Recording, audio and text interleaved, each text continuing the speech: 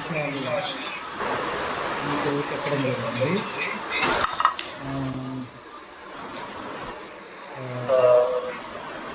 మొదటి వచ్చింది కాబట్టి యేసు మృతులలో నుండి లేపిన లాజరు ఆయనతో ఉన్నాడు. అక్కడ వారు ఆయన విందు చేసెను. లాజరు ఆయనతో కూడా భోజనములకు కూర్చున్న వారిలో ఒకడు.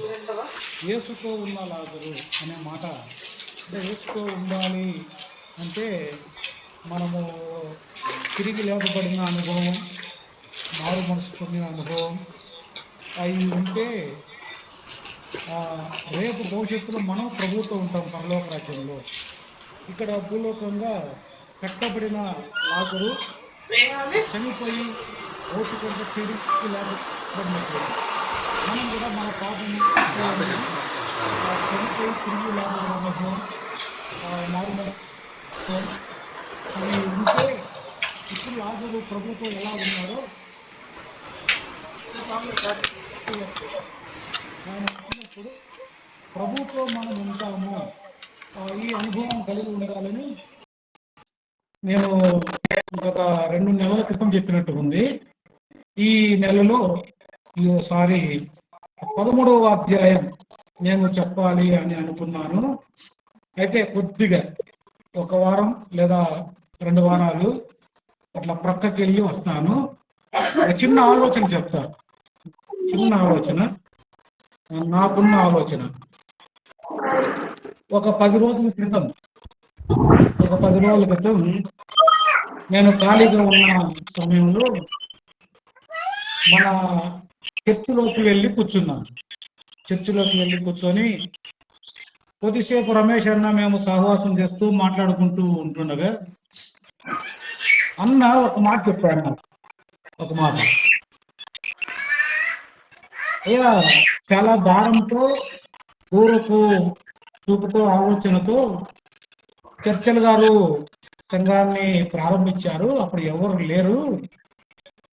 నన్ను బలవంతంగా లేపి నిలబెట్టాడు. నాకు అసలు ఏమి రాదు, ఏం తెలియదు. అప్పుడు ఆయన నాకేం చెప్పాడు అంటే, మత్తయి సువార్తలో చివరి అధ్యాయాలు, మార్కు సువార్తలో చివరి అధ్యాయాలు, లూకా సువార్తలో చివరి అధ్యాయాలు, యోహాను సువార్తలో ఉన్న చివరి అధ్యాయాలు, నీకు ఏది నచ్చితే అది తీసుకొని అది చదివి కూర్చో, మళ్ళీ ఇద్దాం, ఇక సరిపోయి కాదు అన్నాడు. అంటే దాని ఉద్దేశం ఏంటంటే అక్కడ ఆ చివరిలో యేసు ప్రభువును గురించిన సందేశం, ఆయన మరణ పునరుత్థానములు, ఆయన ప్రేమ, ఆయన చేసిన త్యాగం, ఆయన మన కోసం బలైన విధానం, అవన్నీ అక్కడ కనపడతాయి.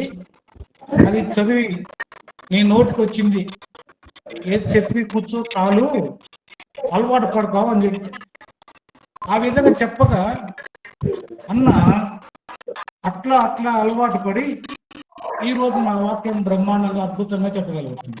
అంటే ఆయన ఇచ్చిన పుషింగ్, ప్రోత్సాహం, ఆయన నిలబెట్టడం. ఈరోజు అన్న వయసు చాలా పెద్దది. అయితే నేను మన సంఘంలో ఉన్న ఒకరిద్దరు యవనస్తుల కోసం ఒక చిన్న ట్రిక్, ఒక చిన్న సహాయం, చిన్న సలహా. ఇది 100% రైట్ అని నేను చెప్పను, ఇదే బేస్ అని కూడా నేను చెప్పను. ఒక చిన్న దారి చూపించడం అంటారు. దారి ఆరాధన సందేశం చెప్పే విధానం ఒక అవుట్లైన్ చెప్తాను. నాకున్న సమయంలో నా 9 వరకు పెట్టినట్టు ఉంది. అయితే మనం 9కే క్లోజ్ చేద్దాం. నాకు చిన్న పని ఉంది, 9కే క్లోజ్ చేద్దాం. చెప్తాను. ఈసారి కుదిరితే యోహాను సువార్త 13వ అధ్యాయంలోకి వస్తాను. నేను రొటేట్ చేస్తున్నాను. ఎవరెవరు ఉన్నారో నాకు తెలియదు. తమ్ముడు హనోక్ ఉన్నట్టు ఉంది, రమేష్ అనే ఉన్నాడు లేదు. ఎవరైనా వస్తే ఇది అందుబాటులో ఉంటుంది, ప్రయోజనకరంగా ఉంటుంది అనే ఉద్దేశం. ఇక ఆలస్యం చేయకుండా నేను చెప్పాలనుకున్న మాట చెప్తాను.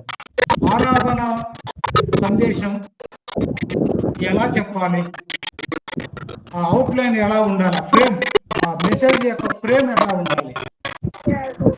నేను ఒక 4 ప్రశ్నలు చెప్తాను, మీరు అందుబాటులో ఉన్న వాళ్ళు రాసుకోండి. అందుబాటులో వీలైతే ఒక ప్రశ్న రాసి దాని కింద ఒక 2 లైన్ల స్పేస్ ఇవ్వండి. ఆ తర్వాత ఇంకొక ప్రశ్న చెప్తాను, దాని కింద ఒక స్పేస్ ఇవ్వండి. ఒక ప్రశ్న పత్రం టైప్లో దాన్ని జస్ట్ ఫిల్ చేద్దాం. దాన్ని ఫిల్ చేస్తే మనకు ఒక బాడీ, ఒక ఫ్రేమ్ తయారవుతుంది. ఇది ఒక బేస్ పాయింట్స్ అంటూ, బేస్ లెసన్స్, బేస్మెంట్ లాంటిది. చాలా బాగుంటుంది. పాత వారికి కాదు, కొత్త వారికి, ఇంతవరకు అసలుకు నిలబడని వారికి, ఇంతవరకు అసలు వాక్యం చెప్పని వారికి, యూత్కు బాగుంటుంది. యూత్ ఎట్లా అంటే, యూత్ లో 2 విషయాలు ఉంటాయి. ఒకటి నేర్చుకునే స్వభావం, 2 మార్చుకునే స్వభావం. నేర్చుకునే విధానం ఉంటుంది, మార్చుకునే విధానం ఉంటుంది. కాబట్టి వీరికి ప్రయోజనకరంగా ఉంటుంది, వీరికి ప్రయోజనకరంగా ఉంటుంది. కాబట్టి నేను ఇది చెప్తాను. ఒక ప్రశ్న,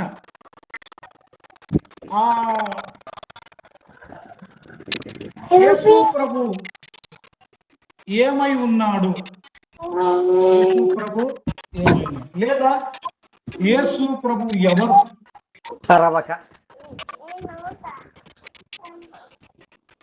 ఒకటి ప్రశ్న,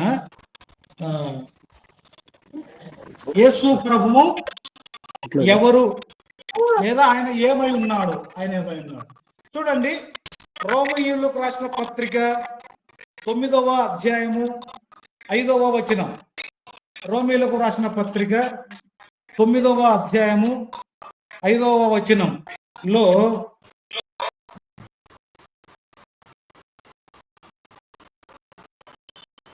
పితరులు వీరి వారు, శరీరమును బట్టి క్రీస్తు వీరిలో పుట్టెను. ఈయన సర్వాధికారి అయిన దేవుడై ఉండి నిరంతరము స్తోత్రార్హుడై ఉన్నాడు.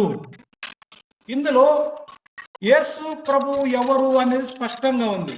ఆయన ఎవరు అంటే సర్వాధికారి అయిన దేవుడు, సర్వాధికారి అయిన దేవుడు. ఇంకొక మాట కూడా చెప్తాను. హెబ్రీయులకు రాసిన పత్రిక 1వ అధ్యాయం 1వ వచనం చూద్దాం. హెబ్రీయులకు రాసిన పత్రిక 1వ అధ్యాయము 1వ వచనం. పూర్వకాలముందు నానా సమయములలోను నానా విధములుగాను ప్రవక్తల ద్వారా మన పితరులతో మాట్లాడిన దేవుడు ఈ దినముల అంతమందు కుమారుని ద్వారా మనతో మాట్లాడెను. ఆయన ఆ కుమారుని సమస్తమునకు వారసునిగా నియమించెను. ఆయన ద్వారా ప్రపంచములను నిర్మించెను. ప్రపంచములను, ఇక్కడ ఆయన ద్వారా ప్రపంచములను నిర్మించెను అనే మాట అండర్లైన్ చేయండి. ఆయన ద్వారా ప్రపంచములను నిర్మించెను. ఇప్పుడు ఆదికాండం 1వ అధ్యాయం 1వ వచనం నుంచి ఆ అధ్యాయం అంతా కూడా చూస్తే దేవుడు పలుకగా ఆకాశము కలిగెను, దేవుడు పలుకగా భూమి కలిగెను, దేవుడు కలగగా వెలుగు కలిగెను, చంద్రుడు కలిగిన, ప్రతిదీ దేవుని మాట ద్వారా పలికింది. ఆ దేవుడే ఆయన కుమారుడిగా పరిశుద్ధాత్మగా ఉండి చేశాడు. ఈ హెబ్రీయులకు రాసిన పత్రికలో ఆయన ద్వారా ప్రపంచమును నిర్మించెను. ఆడ ప్రపంచములు అనే దగ్గర 2 అనే నెంబర్ ఉంది. కింద చూస్తే మూల భాషలో ప్రతిదీ కూడా యేసు ప్రభు ద్వారానే నిర్మితమైంది, యేసు ప్రభు ద్వారానే సృష్టించబడింది. ఆయన లేకుండా ఏది కలగలేదు, ఏది కలగలేదు. కాబట్టి దీని ద్వారా ఆయన ప్రపంచమును నిర్మించిన ఒకే ఒక మాటలు చెప్పాలంటే సృష్టికర్త. సృష్టికర్త రోమీయులకు రాసిన పత్రిక 9వ అధ్యాయంలో సర్వాధికారి అయిన దేవుడు అని వ్రాయబడింది యేసు ప్రభుని గురించి. హెబ్రీయులకు రాసిన పత్రిక 1వ అధ్యాయం 2వ వచనములో ఆయన సృష్టికర్త అని అర్థం అవుతాము. ఇప్పుడు మనము ఈ ఆరాధన సందేశం తయారు చేయడంలో ఆరాధన సందేశం ఎలా చెప్పాలి అంటే, నెంబర్ 1, ప్రభు అయిన యేసు క్రీస్తును చూపించాలి. ప్రభు అయిన యేసు క్రీస్తు లేక మన దేవుడు ఏమై ఉన్నాడో చాలా ఉన్నాయి. 2 విషయాలు చెప్పాను. 1, ఆయన సర్వాధికారి అయిన దేవుడు. 2, ఆయన సృష్టికర్త. మనకు చాలా తెలుసు. ఒక లిస్టు పెట్టి ఒక అసైన్మెంట్ లేక రాయమంటే కనీసం ఒక 100 రాయొచ్చు ఈజీగా. యేసు ప్రభు వారు ఎవరో ఏమిటో రాయొచ్చు. ఇప్పుడు యేసు ప్రభు ఏమై ఉన్నాడు చెప్పాను. ఆయన సర్వాధికారి అయిన దేవుడు, ఆయన సృష్టికర్త అని చెప్పాను. ఇప్పుడు మనం ఏమై ఉన్నాము, మానవుడు ఏమై ఉన్నాడు, ఇది 2వ ప్రశ్న. మానవుడు లేదా మనం ఏమై ఉన్నాం అంటే బాగా తేలికగా మనకు తెలిసిన సంగతులు చెప్తాను. తెలిసిన సంగతులే చెప్తాను అంటే నేర్చుకోవడానికి. కాబట్టి యవనస్తులకు ఉపయోగకరంగా, వారు రానున్న రోజుల్లో బెరాయ సంఘానికి ఉపయోగపడాలి.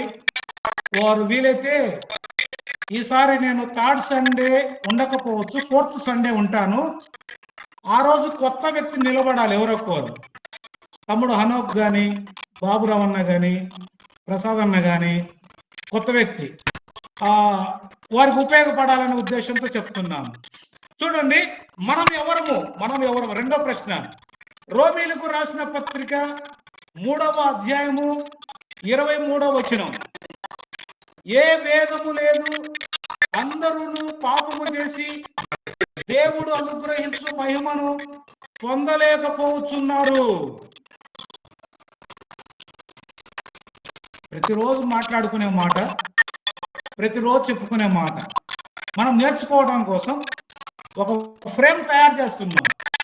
మరి డీపెస్ట్గా లోతైన సందేశంలోకి వెళ్లకుండా పైన తెలిసిన మాటలతో ఒక ఫ్రేమ్ను మీ ఎదుటకు తీసుకురావాలనే ఉద్దేశంతో నేను ఈ ప్రయత్నం చేస్తాను. ఇక్కడ మనం ఏమై ఉన్నామంటే పాపులమై ఉన్నాం. ఇంకా బాగా చెప్పాలంటే ఆదికాండం 3వ అధ్యాయం దగ్గరికి రండి ఒకసారి. ఆదికాండం 3వ అధ్యాయము 9వ వచనము చూసి, దేవుడైన యెహోవా ఆదామును పిలిచి, నువ్వు ఎక్కడ ఉన్నావు అనెను. నువ్వు ఎక్కడ ఉన్నావు అని. అందుకు అతడు, నేను తోటలో నీ స్వరము వినినప్పుడు దిగంబరినిగా ఉంటిని కనుక భయపడి దాగుకుంటుని. అందుకు ఆయన, నువ్వు దిగంబరు అని నీకు తెలిపిన వాడెవడు? నీకు తెలిపినవాడు. అప్పుడు ఆయన చాలా చాలా చెప్తాడు. ఇప్పుడు 12వ వచనములో, నాతో ఉండుటకు నువ్వు నాకు ఇచ్చిన ఈ స్త్రీయే ఆ వృక్ష ఫలములు కొని నాకు ఇయ్యగా నేను తింటినా. ఇక్కడ ఆదాము అవ్వలు దేవుడు తినొద్దన్న పండు తిన్నవారిగా కనబడుతున్నారు. వారికి దేవుడిచ్చిన ఆజ్ఞ, మీరు ఈ పండు తినవద్దు. అంటే దేవుడు చెప్పింది ఒకటి, మీరు చేసింది ఒకటి.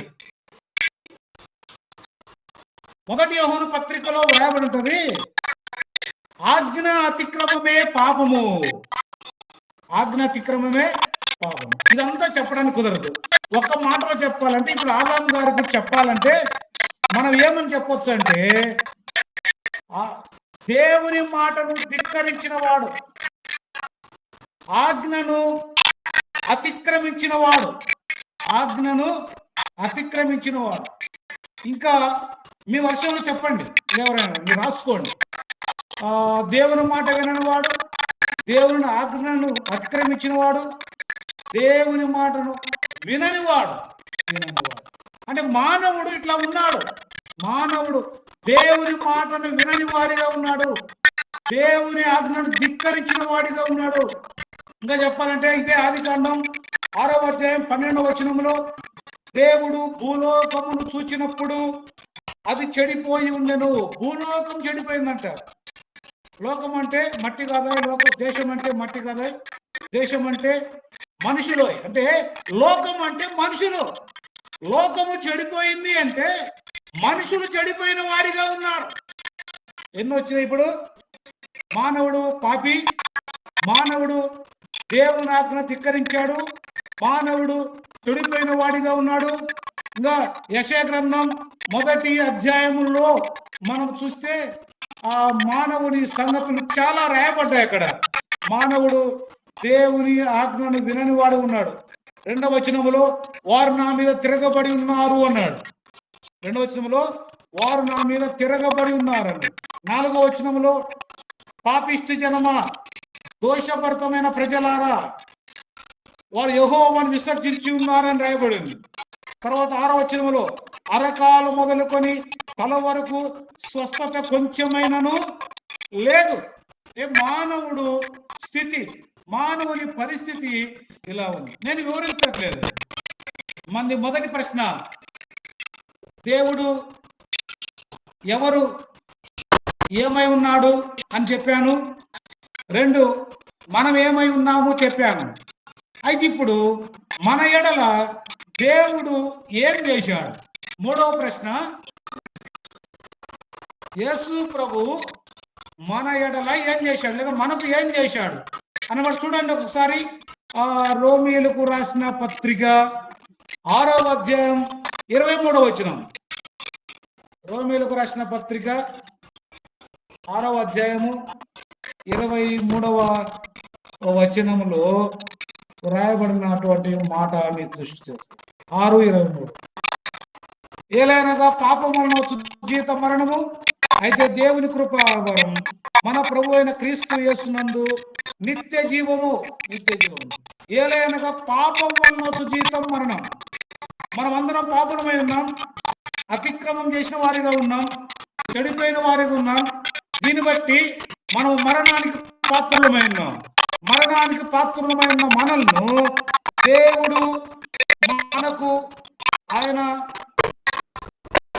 దేవుడు మన ఎడల ఆయన చేసినటువంటి పని ఏంటంటే, యోహాను సువార్త చూడండి, యోహాను సువార్త 3వ అధ్యాయం 16వ వచనం. యోహాను సువార్త 3వ అధ్యాయం 16వ వచనం. దేవుడు లోకమును ఎంతో ప్రేమించెను. ఇందాక ఆదికాండం 6వ అధ్యాయం 12వ వచనములో లోకము చెడిపోయింది, లోకం చెడిపోయింది. అయితే చెడిపోయిన లోకాన్ని దేవుడు ప్రేమించాడు. ఇది దేవుడు మన ఎడల చేసింది. చెడిపోయిన మనల్ని ప్రేమించాడు, తిరుగుబాటు చేసిన మనల్ని ప్రేమించాడు, అవిధేయులైన మనల్ని ప్రేమించాడు, మరణానికి పాత్రులైన మనల్ని ప్రేమించాడు. ప్రేమించిన ఆయన మనల్ని ఏం చేశాడంటే ఫిలిప్పీలకు రాసిన పత్రిక 2వ అధ్యాయం 6వ వచనం. ఫిలిప్పీలకు రాసిన పత్రిక 2వ అధ్యాయం 6వ వచనములో 2, 6, 7, 8 వచనాల్లో ఆయన దేవుని స్వరూపము కలిగిన వాడండి, దేవునితో సమానముగా ఉండుట విడిచిపెట్టకూడని భాగ్యమని ఎంచుకొనలేదు గాని మనుషుల పోలికగా పుట్టాడు. ఆయన దేవుడు సర్వాధికారి అయిన దేవుడు అని విన్నాం, ఆయన సృష్టికర్త అయిన దేవుడు అని విన్నాం. అయితే ఆ దేవుడు మనలను ప్రేమించి మన కోసం మనల్ని వెతుకులాడుకుంటూ ఈ భూలోకములో జన్మించాడు, ఈ భూలోకములకు వచ్చాడు, తనను తాను తగ్గించుకున్నాడు. ఆయన దేవుని స్వరూపం కలిగిన వాడై ఉండి దేవునితో సమానముగా ఉండుట విడిచిపెట్టకూడని భాగ్యమని ఎంచుకోలేదు.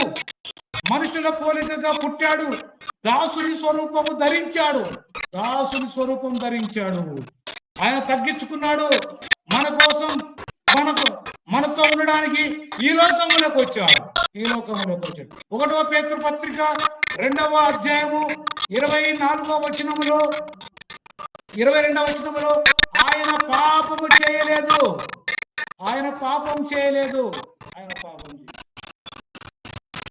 24వ వచనములో మనము పాపముల విషయమై చనిపోయి నీతి విషయమై జీవించినట్లు ఆయన తానే తన శరీరమందు మన పాపములను మ్రాను మీద మోసుకున్నాడు. చూసారా, ఆయన సర్వాధికారి అయిన దేవుడు, సృష్టికర్త, ఆయన పాపము లేనివాడు, ఆయన సర్వాధికారి అయిన దేవుడు, సృష్టికర్త అయిన దేవుడు. అయితే మనుషుల పోలికగా పుట్టాడు, దాసుని స్వరూపం ధరించాడు, తనను తాను తగ్గించుకున్నాడు, ఏ పాపం చేయలేదు.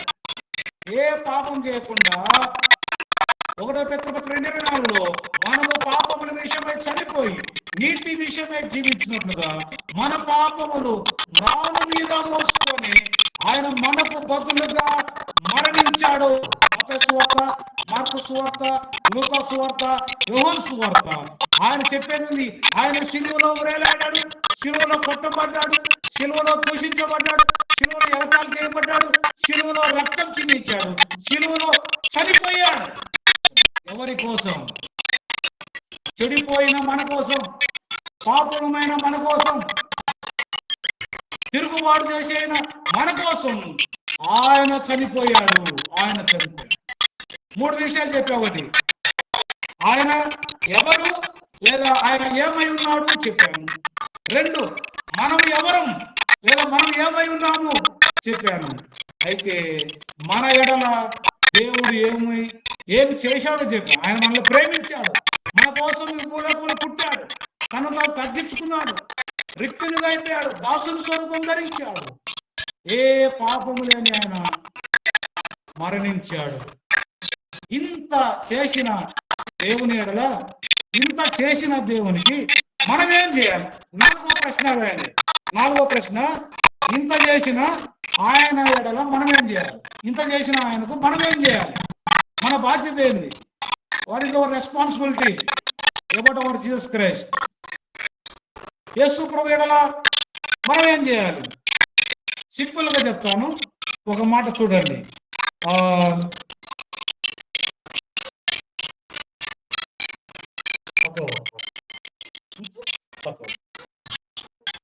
చూడండి, 95వ కీర్తన 2వ వచనం. 95వ కీర్తన 2వ వచనం చూడండి.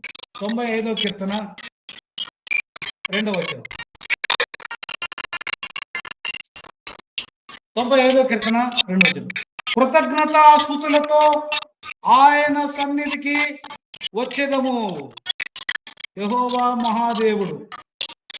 మనము ఇంత చేసిన ఆ దేవునికి మనం ఏం చేయాలి?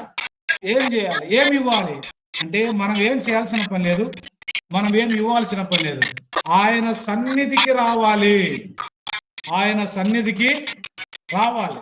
ఆయన సన్నిధికి వచ్చి 7వ వచనం చూడండి. అక్కడే 7వ వచనం, రండి నమస్కారం చేసి యెహోవా సన్నిధిని మోకరించెదము. మనం ఆయన సన్నిధికి రావాలి, ఆయన సన్నిధిలో మోకరించాలి. మోకరించడం అనేది తగ్గింపుకు గుర్తు. యేసు ప్రభు తనను తాను తగ్గించుకొని వృత్తినిగా చేసుకున్నాడు, దాసుని స్వరూపం ధరించాడు. అట్లానే ఈ మోకరించడంలో తగ్గించుకోవడం ఉంది, ఆరాధన చేయడానికి గుర్తు. ఆరాధన చేయడానికి గుర్తు మోకరించడం. అబ్రహాము మోకరించాడు. ఇక్కడ బైబిల్ గ్రంథంలో యేసు ప్రభు దగ్గరకు వచ్చి అనేక మంది మోకరించారు. నేను నిత్య జీవమునకు వారసుని కావాలంటే నేను ఏం చేయాలని యవనస్తుడు కూడా వచ్చి మోకరించాడు.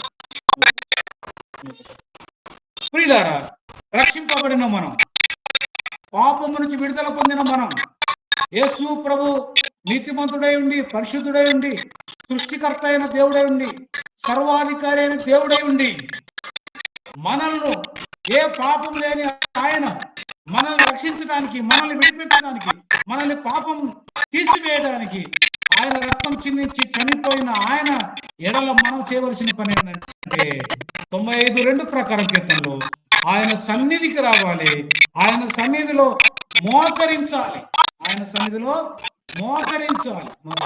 తర్వాత ఇప్పుడు మనం రొటీన్ గా చెప్పుకున్న మాట 1 కొరింథీ పత్రిక 11వ అధ్యాయం 25వ వచనం. 1 కొరింథీ రాసిన పత్రిక 11వ అధ్యాయము 25వ వచనం. 1 కొరింథీలకు రాసిన పత్రిక 11వ అధ్యాయం 25వ వచనంలో, ఆ ప్రకారమే భోజనమైన పిమ్మట ఆయన పాత్రను ఎత్తుకొని, ఈ పాత్ర నా రక్తము వలన అయిన ఆయన కొత్త నిబంధన, మీరు దీనిలోనిది త్రాగునప్పుడల్లా నన్ను జ్ఞాపకం చేసుకున్నట్టుకై దీనిని. ఇప్పుడు ఏం చేయాలంటే మనము నన్ను జ్ఞాపకం చేసుకున్నట్టుకై దీనిని చేయుడు అంటే ఒకే లైన్, ఆయనను జ్ఞాపకం చేసుకోవాలి. మనం ఏం చేయాలంటే, ఒకటి ఆయన సన్నిధికి రావాలి, రెండు ఆయన సన్నిధిలో మోకరించాలి, మూడు ఆయనను జ్ఞాపకం చేసుకోవాలి. ఇక ఎవ్వరిని జ్ఞాపకం చేసుకోవాలి, ఇక ఎవ్వరు మన కంటికి రాకూడదు, ఎవ్వరు మన దృష్టి ఉండకూడదు. ఆ కొద్దిసేపు ఆ ఆరాధన స్తుతులు చెల్లించే సమయంలో, ఆ ఆరాధన వాక్యం చెప్పే సమయంలో, ఆ బల్ల అయిపోయేంత వరకు, ఆ కానుకల పరిచయం అయిపోయేంత వరకు మన దృష్టి ఒకటే ఒకరి మీదనే, ప్రభు మీదనే. ప్రభువే ప్రభువే, క్రీస్తు క్రీస్తు ప్రేమ, క్రీస్తు త్యాగం, క్రీస్తు క్రీస్తు క్రీస్తు అంతే. ఇంకా ఏది లేదు, ఏది ఉండకూడదు. ఆయన ప్రేమను తలపోసుకోవాలి, ఆయన త్యాగాన్ని తలపోసుకోవాలి. నన్ను జ్ఞాపకం చేసుకున్నట్టుకై దీనిని ఆయన జ్ఞాపకం చేసుకోవాలి. ఆయన ఎవరు, నేనెవరిని, ఆయన నాకేం చేశాడు, నేనేం చేయాలి ఆయనకు, ఇదే. ఆయన ఎవరు, నేనెవరిని, ఆయన నా ఎడల నాకేం చేశాడు, అయితే ఇప్పుడు ఆయన ఎడల నేనేం చేయాలి, ఇది చెప్పారు. మనం ఆయన సన్నిధికి రావాలి, సన్నిధిలో మోకరించాలి, ఆయనను జ్ఞాపకం చేసుకోవాలి. ఇది ప్రియులారా, ఒక 25-27 నిమిషాల సందేశం నేను చెప్పాను. మన సమయం 9:15 వరకు. అయితే నేను 9కే ముగించాలనుకుంటున్నాను. నాకు వేరే చిన్న పని ఉంది, అన్నకి సమయాన్ని అప్పగిస్తున్నాను. ఒక ఫ్రేమ్, ఒక అవుట్లైన్, మళ్ళీ తప్పప్పులు ఉంటే నన్ను క్షమించండి. నా పరిస్థితుల్లో నేను చెప్తున్నాను. ఒక అవగాహన యవనస్తులకు ప్రయోజనకరంగా ఉంటుంది. ఈ ఫ్రేమ్, ఈ 4 ప్రశ్నలు రాసుకోండి, గ్యాప్ ఇవ్వండి, ఒక ప్రశ్న రాయండి, మళ్ళీ గ్యాప్ ఇవ్వండి, దాన్ని ఫిల్ చేయండి, అసైన్మెంట్ లాగా ఫిల్ చేయండి. ఆరాధన సందేశం అయిపోద్ది. ప్రాక్టీస్ చేయండి. మనం మరికొన్ని సెషన్స్ పెట్టుకుందాం, ఆలోచన చేద్దాం. ఇంకా చాలా మంది యవనస్తులు లెగాలి, సంఘంలో వాడబడాలి, సంఘానికి ప్రయోజనకరంగా ఉండాలి, యవనస్తులు రావాలి, యవనస్తులు లెగాలి, సంఘానికి ఉపయోగపడాలి.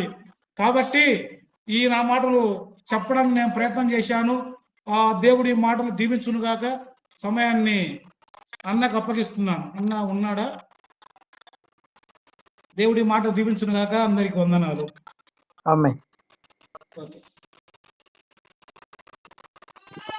అన్న వందనాలు, మంచి వాక్యం అందించారు.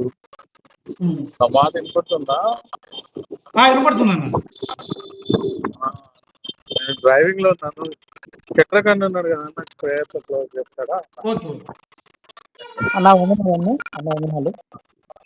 అందరికీ వాక్యం చెప్పిన సేవకులు రవీణ పొందనాలు. ప్రార్థన చేస్తున్నాను. మమ్మల్ని మికిలిగా ప్రేమించినటువంటి మా ప్రియ పరలోకపు తండ్రి, మీ ఘనమైన, ఉన్నతమైన, శ్రేష్టమైన నామమునకు మీ ముద్దు ప్రియ కుమారుడు మా ప్రియ ప్రభువు యేసుక్రీస్తు నామములో తండ్రి మీ స్తోత్రాలు, స్తుతులు తండ్రినైనా మీ కృతజ్ఞత ఆశలు చెల్లిస్తున్నామైనా. మా యాత్రా దినంలో మరొక నూతన దినంలోకి మమ్మల్ని ప్రవేశపెట్టారు, మా ఆశలను పెంచారు, మమ్మల్ని ప్రేమించారు. మరొక నూతన దినంలో ప్రేమించారు. నూతన దినంలో మమ్మల్ని ప్రవేశపెట్టిన విధానం బట్టి మీ ప్రియకుమారుడైనటువంటి యేసుక్రీస్తు నామములో తండ్రి మీ స్తోత్రాలు, కృతజ్ఞత ఆశలు అయినా ఈ రాత్రి సమయంలో తండ్రినైనా ఈ బైబిల్ క్లాస్ అయినా మరి తండ్రి బైబిల్ స్టడీ అయినా మరి తండ్రి ఇందులోనైనా మేము మరి తండ్రి ఆరాధన తలంపులు వినే ధన్యత మీరు మాకు అనుగ్రహించిన విధానం బట్టి మీ స్తోత్రాలు చెల్లిస్తున్నాం. ఇందులోనైనా సంఘ పెద్దలు హ్యాపీ అన్న బైబిల్ స్టడీ ఏర్పరిచి ప్రతి వారం మీ సేవకులను ఏర్పరిచిన వాక్యం బలపరుస్తుండగా మీకు ఆశీర్వాద కుటుంబాన్ని దీవించమని వేడుకుంటున్నాం. హ్యాపీ అన్న కుటుంబాన్ని దీవించమని వేడుకుంటున్నాం. ఈ రోజునైనా మీ సేవకులు, మా ప్రియ సోదరులు రవికుమార్ అన్న గారిని మీ పక్షం నేర్చుకొని మీ ఆత్మ నడిపింపునైనా మీ సేవకునికి అనుగ్రహించి చక్కని నైనా మా ఇంట్లోకి వచ్చిన విధానం బట్టి మీ స్తోత్రాలు చెల్లిస్తున్నాం. తండ్రి నైనా మీరేమైనారు నైనా ఒకప్పుడు మేమేమైనాం తండ్రి నాయన, మీరు లేకుమని మా పట్ల ఏం చేశాడు, అలాగేనైనా ఇప్పుడు ఎలా నడుచుకోవాలో పలు సంగతులు ఆయన ప్రియకుమార్ ద్వారా నైనా మాతో మాట్లాడారు. స్తోత్రాలు చెల్లిస్తున్నాం.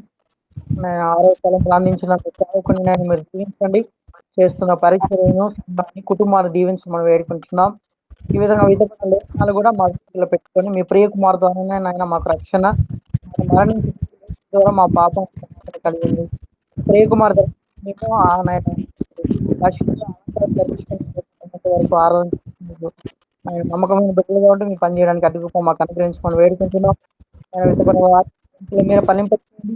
ఈ జూమ్ లో చేరువచ్చిన ప్రతి ఒక్క కుటుంబాన్ని దీవించమని వేడుకుంటూ ముఖ్యంగా నాయన తండ్రి ఈ నిర్వహిస్తున్న హ్యాపీలను కుటుంబాన్ని మనం వేడుకుంటూ సమయాన్ని మీ చేతికి అప్పగిస్తున్నాం.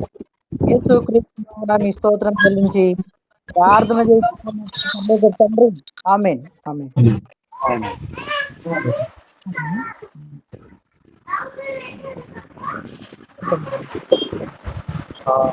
అందరికి వందనాలు.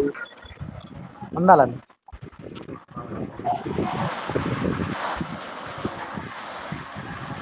షడ్రక్ గారు వందనాలు అయ్యా. వందనాలన్నయ్య, వందనాలు. హ్యాపీ అన్న వందనాలు. రమేష్ అన్న గారు వందనాలు. రవీణ గారు వందనాలు. వందనాలండి. అందరికి వందనాలండి. గ్లోరీ సిస్టర్ వందనాలు. అందరికి వందనాలు. థ్యాంక్ యూ అండి. అందరికీ వందనాలు అయ్యా. హ్యాపీ గారు వందనాలు. వందనాలు రమేష్ అన్న. వందనాలు. రవీణ మంచి మాటలు అందించండి. నేను రికార్డ్ చేసి పెడతాను, మన యవనస్తులు వినాలి. థ్యాంక్ యూ అన్న రవీణ. మరొకసారి అందరికి మరొకసారి వందనాలు. వందనాలు.